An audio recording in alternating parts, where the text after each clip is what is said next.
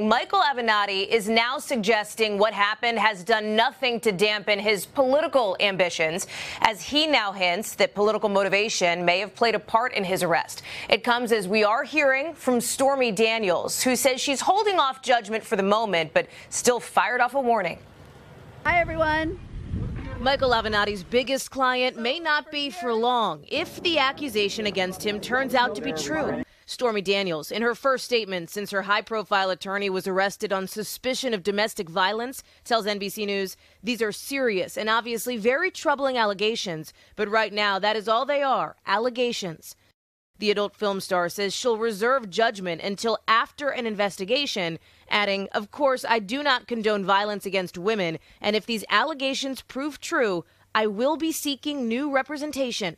Avenatti has represented Daniels in her case against Donald Trump, in which she says she was paid to stay quiet about an alleged affair, something the president denies. As for Avenatti's case, Los Angeles police have not identified the victim, as Avenatti vehemently denies doing anything wrong. His estranged wife and his ex-wife both say he's never been physically violent toward them.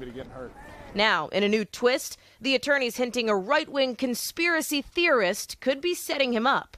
He's often made his case on camera, but Avenatti now finds himself the center of conversation. We know him. He comes on the show. It was very upsetting to hear this, very disappointing.